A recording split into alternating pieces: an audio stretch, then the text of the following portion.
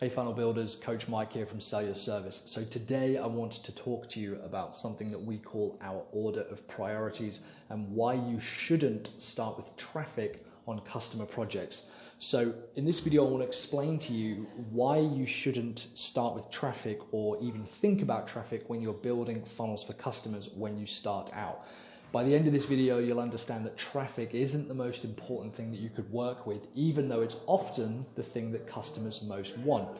So customers typically want traffic for their website and their business because it's a very easy metric for them to measure, and it's a really easy thing for them to grow. But there could be a huge leak in their funnel, which essentially means that whatever you invest in traffic might not yield in the results that they really want. Let's say that, for example, you spend $10,000 or $100,000 on funnel traffic for your customer, and you drive a load of fresh, cold traffic and warm traffic, a bunch of different types of traffic, to their website, to their sales pages, to their squeeze pages, but it doesn't yield them any results. Even if they've got a long pipeline and they've got a long sales cycle, if it doesn't yield them any results, and ultimately all they're looking for is new customers and revenue and sales, but if it doesn't yield them any results, they're going to blame you. And that's a huge problem for your business because your reputation will be damaged and the customer's going to blame you and potentially not want to work with you anymore because, frankly, you listened to them instead of offering them a different solution. There's a huge misconception in the world of online marketing that traffic directly impacts revenue and customers. So a few caveats. First of all, I absolutely believe that cold traffic, so brand new, fresh traffic, is a lifeblood to any business and to any website, and it's absolutely something that should be focused on and invested in.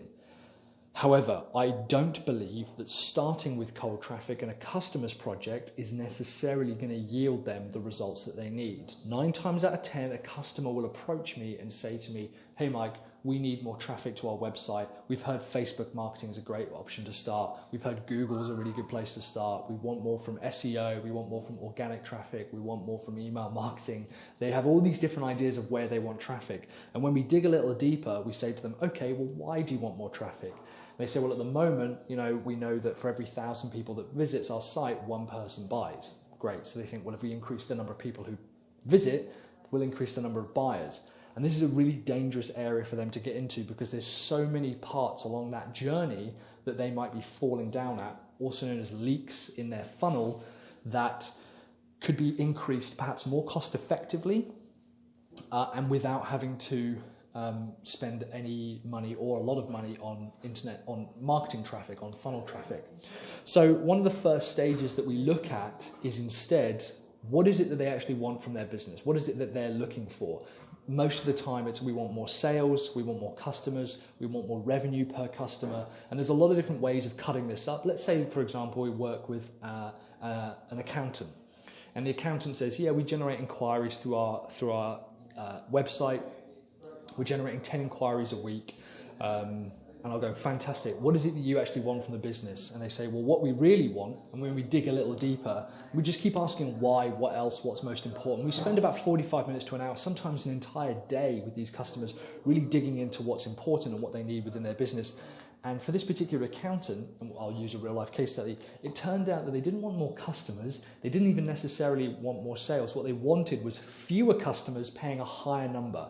There's only so many hours in the day that he and his accountancy team can spend on customer projects. And they had something like 100 individual customers, which might not sound a lot, but for some accountancies, that is a lot of customers, particularly with the complexities of the tax administration and all this kind of stuff. So he said, "Look, well, what we want to do is, we're going to start driving more traffic." I was like, whoa. You, at the moment, you've got a capacity. You're at capacity. Surely you don't want more traffic. And what we started working out is, in fact, that if we changed the quality and the follow-up process for their initial leads and their subscribers and their current lead database and their inquiries, and altering that qualification process for those inquiries, they didn't need to drive more traffic. What they needed was to change their qualification and inquiry process. So instead, we started working on packages where it wasn't £1,000 a year or $1,000 a year. It was $10,000 a year. So we 10x their price, which also over 10x the number of customers they work with. It's gone back up again. They're about 20 now, but they're at $10,000 a year as opposed to $1,000 a year. Their revenues have stayed pretty consistent, but the amount of time that they dedicate to one customer is very, very different as opposed to working with multiple customers. Another good example is someone who was selling online courses, and they were really struggling to sell online courses. They had them all laid out. They had the pricing model that they worked. They saw it as a more recurring revenue-based thing that they just send a bunch of traffic and 10% of people will buy. But for whatever reason, people just weren't buying. So they approached us and they said, Mike, we really, really want more traffic. Can you help us with things like Facebook marketing and start targeting people who are going to want to buy this course? It's like, yeah, of course, that's easy. We can definitely find that. That's not a problem at all. But what we found is that instead they actually weren't following up with anyone who had signed up to their email list. What they were doing is attempting to drive more traffic at the top of the funnel, and all that meant is that they were just growing their email list, but they weren't actually selling to anyone who's currently on their email list. They had an old school phone operator, so their sales were made only when someone picked up the phone. And instead, rather than driving traffic, what we looked at was creating an email autoresponder system, which basically took people through a buying process and helped them on a buying journey rather than driving traffic. So driving traffic is vital. I really do understand that. It's also a great way to test it. You know, it's easier to start testing a business when you have 1,000 visitors a month and 2,000 and so on and so forth. But it's also really interesting to see where those choke points are. Often when we approach a customer and they'll say, we need more traffic, I'm like, okay, tell me about your current customer follow-up system. How often are you talking to your current customers? They're like, oh, we don't really talk to our current customers. Once they've bought, they've moved on. Why? Wouldn't it be easier to, rather than investing in new traffic and blog content, like I said, traffic's super important, but if your goal is to increase revenue or increase sales or increase the number of customers or increase lifetime value, wouldn't you rather start at the end of the funnel? Ryan Deiss suggests this as well. He said that often businesses will approach you and say, I want more traffic, without really understanding the overall funnel process. So if you're building funnels for customers, working on the traffic side first is not where I'd want to go, because I'd rather look at their follow-up process. We're also a really bad example of this ourselves. I've done a video a while back, and I'll probably redo it, on how funnel businesses are constantly saying, oh, I wish I had more traffic, I wish I had more leads, I wish I had more subscribers. And I'm like, okay, well, how many people are you following up with now? They go, well, I'm really bad at it. In fact, I've got proposals sat at home that I just haven't sent. I'm like, well, it sounds like you don't need traffic then. What you need to do is send those goddamn proposals. Customers are very, very similar. They'll want to start with traffic, and they'll say, because it's a really easy metric for them to increase. It's a bit of a vanity metric. It's easy for them to go, hey, last year we had 5,000 per month. This year we've got 10,000 per month. That's, great.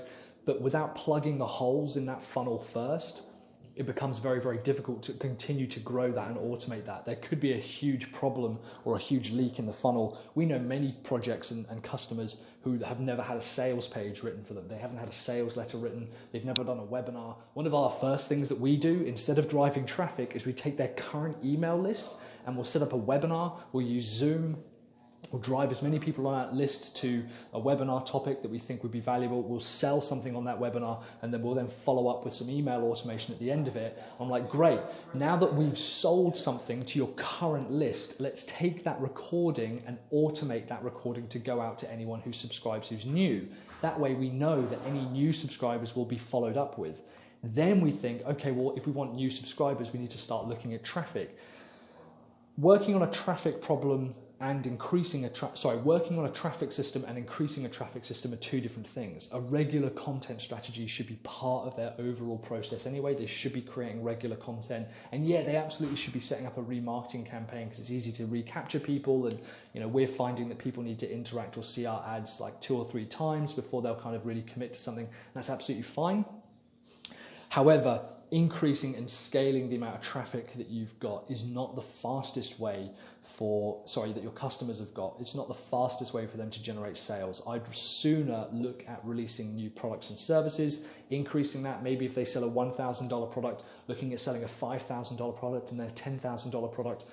Look at creating a recurring revenue plan with them. I guarantee them that their current marketing consultants and providers and website designers and funnel builders and stuff have never looked at it from this angle before. So to say to them, well, I tell you what, instead of generating some new traffic and spending 10 grand a month, why don't we see if we can generate $100,000 from your current customers, get them to pay for it, and then reinvest that in the traffic. And once they see that that loop is what really matters and they keep closing that sales loop, they'll be far less interested in driving new traffic. Until you have a model where you know those conversion rates really, really work. Because even if you've got like no traffic, really, really low, and you know that, okay, for every 10 visitors that we get like a day or a week or whatever, one of them signs up to the list, awesome. Are you then doing everything you can to follow up with that customer? Are you giving them a call? Are they following up with them? Are they sending them content? Are they automating the sales process? Are they selling to that lead or that subscribed party? Or are they nurturing them? As opposed to saying, well, let's just drive a bunch more traffic and just hope that people are going to click on it. That's a really, really dangerous way to go. We know because we've done it and we've lost customers a lot of money, frankly.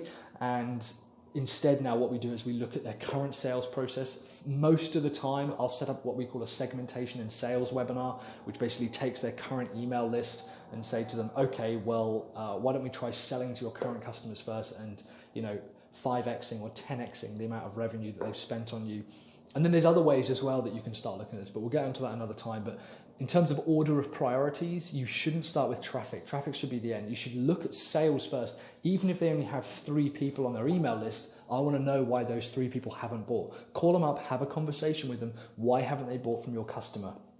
That to me is more important before I start building up traffic, because all that's going to happen is if 90% of that traffic gets ignored and doesn't go through the funnel, it doesn't matter if they have 10,000 or 100,000 visitors a year or a month, it's still going to be 90% dropping off. So I'd rather find out where the leaks in the funnel are first by looking at the sales process first. That's the first priority. Look at your sales process, then look at your lead follow-up process, then start to look at email capture and opt-ins and lead capture, then start to look at traffic. Thanks very much, guys. I've been Mike from Sell Your Service, and I will speak to you later. Keep building those funnels.